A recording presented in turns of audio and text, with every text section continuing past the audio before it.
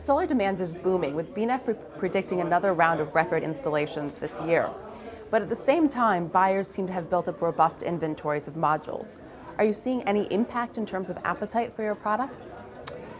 We do see the inventory issue for the solar module sites, and SOFAR is specialized in inverter and the storage sites. In these two sectors, we also experience the same thing. This mainly depends on the short of supply of 2022 and also the high expectation about the 2023. That means a lot of products have been shipped to Europe. But I will say from SOFAR sides, we proactively manage our stock level in Europe, and also we pay close attention to our customers' inventory levels and have close communication with them and help them to get rid of this issue. So I think now we're quite okay on this side. And meanwhile, I want to mention that during this period, it's more important that to give a good customer experiences. So those companies who are focused on these sectors, these factors can be successful.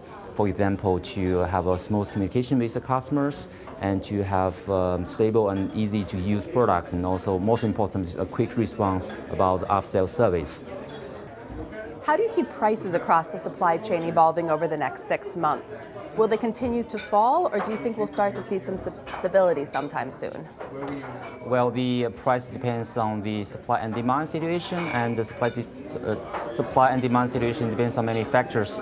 If you look at the supply side, I will see the main bottleneck for the industry has been removed, like the silicon availability for the modules and the IGBT chips for the inverters, and also the lithium carbonate for the lithium batteries. Actually, because of the oversupply and most of the production lines in the industry actually are not 100% fully operated.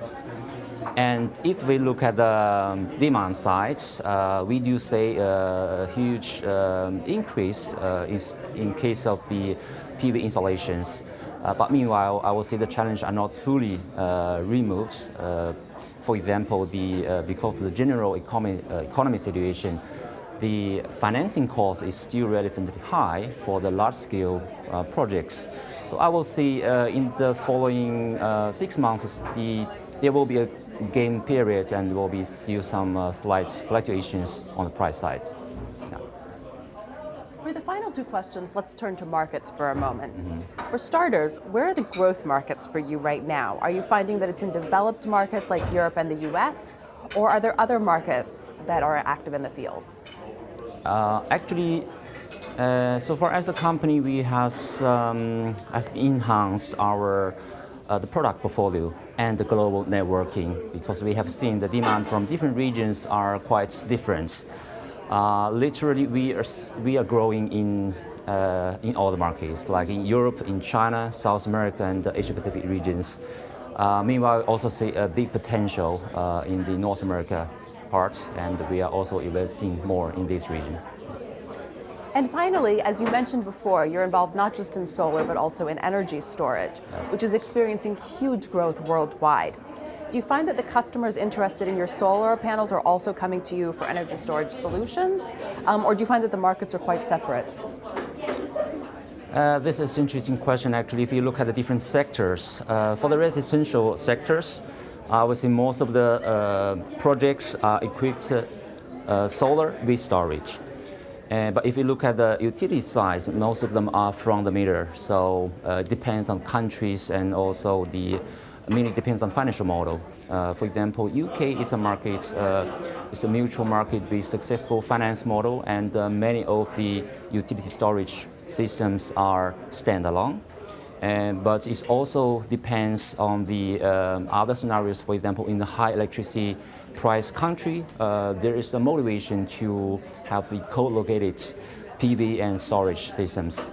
But in the middle is the CNI session. I will see the storage capacity can be starting from 20 kilowatt hour to 2 megawatt hours.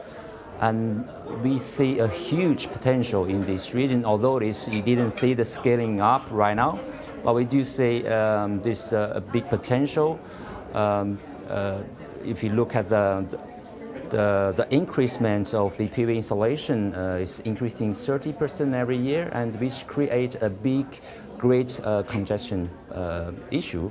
And to equip storage with solar or with wind can improve this grid congestion issue in the shortest period instead of to increase the grid capacity, which can take a very long time. So I think generally we do see the big potential storage with solar in all the segments.